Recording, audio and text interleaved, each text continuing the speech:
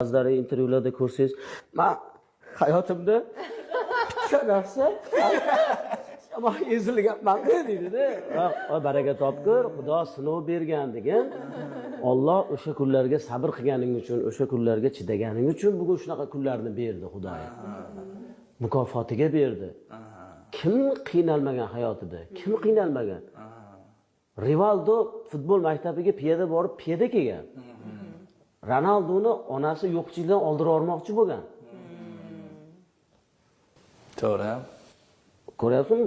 Bu o'zimizni san'atkorlarda hayotida ham, masalan, hozirda xizmat ko'rsatgan artist unvoniga ega bo'lgan boy bir nima deydi, hozir oshib toshib to'kis yashayotgan san'atkorlarimiz bir paytlar omadsizlikdan san'at tashlab ketmoqchi bo'lgan.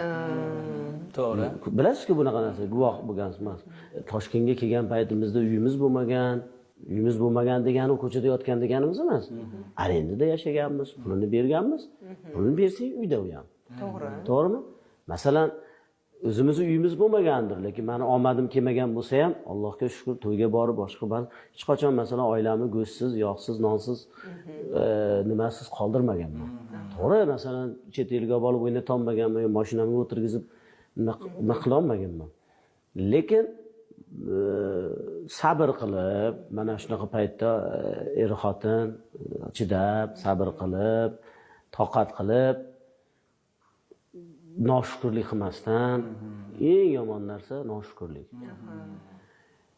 Agar shukr qilmagan insonchi, u milliarder bo'lmaydimi? U shukr qilmagan inson baribir baxtsiz bo'laveradi. Inson qachon baxtli bo'ladi? Shukr qilishni o'rganganda baxtli bo'ladi.